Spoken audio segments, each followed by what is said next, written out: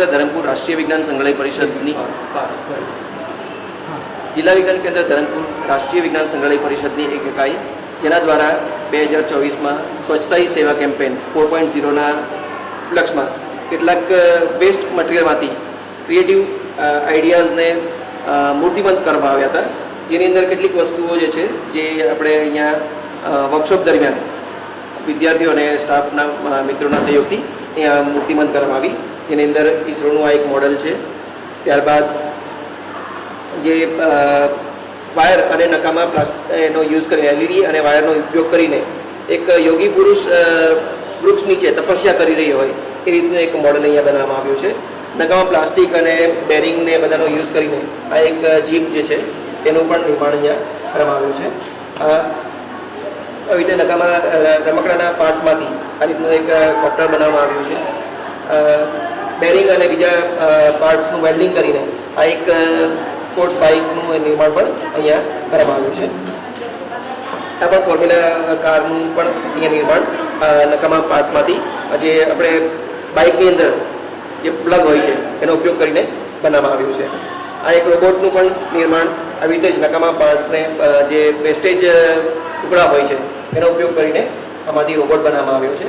આ એન્કર જે છે એનો ઉપયોગ પણ નકામા વેસ્ટેજ એમાંથી મેટલમાંથી કરવામાં આવ્યું છે.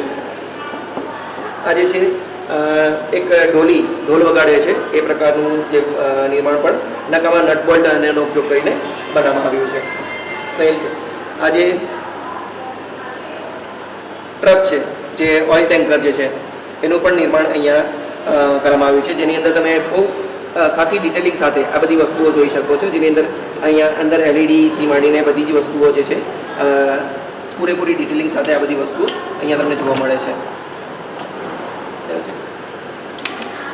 ત્યારબાદ અહીંયા જે બળદગાડું છે એનું પણ નિર્માણ કરવામાં આવ્યું છે, જે નકામા વેસ્ટ લાકડાઓમાંથી અને આ 3D પ્રિન્ટેડ બળદનું પણ નિર્માણ કરવામાં આવ્યું છે. ત્યારબાદ ડાઇનિંગ ટેબલ અને એનું પણ નિર્માણ નકામા વેસ્ટેજ પ્લાસ્ટિકમાંથી લાકડામાંથી વુડનમાંથી કરવામાં આવ્યું છે.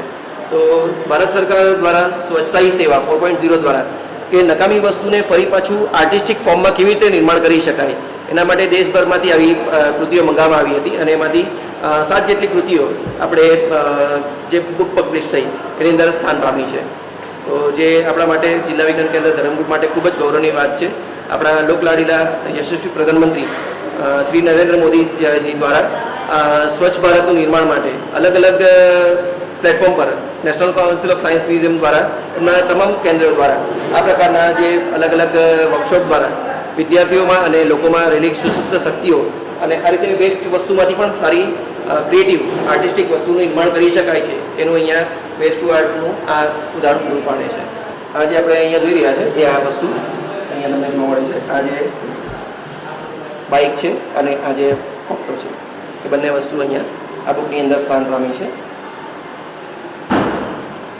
એ સિવાય આ જે મોંક મેકિંગ મેડિટેટિંગ અંડર ધ ટ્રી એ આ મોડેલ અહીંયા તમે જોઈ શકો છો. સિલેક્ટેડ એન્ટ્રી તરીકેની અહીંયા ઉપલબ્ધિ જોવા મળે છે.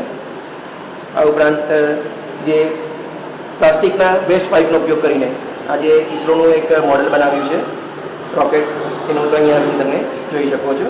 આ જે વેસ્ટ પાર્ટમાંથી જે જીપ બનાવી છે એ પણ તમે અહીંયા જોઈ શકો છો. આ જીપનું જે મોડેલ છે અહીંયા તમે એની સાથે અહીંયા જોઈ શકો છો. એની સાથે અહીંયા જે તમે આ ટ્રક જોઈ રહ્યા છો એ ટ્રક પણ અહીંયા તમે જોઈ શકો છો. એ પણ આ બુકની અંદર પબ્લિશ થઈ છે. એ સિવાય અહીંયા આ જે રોબોટ છે એ પણ તમે અહીંયા જોઈ શકો છો કે આ રોબોટ જે છે આ જગ્યાએ અહીંયા આ બુકની અંદર પબ્લિશ થયો છે.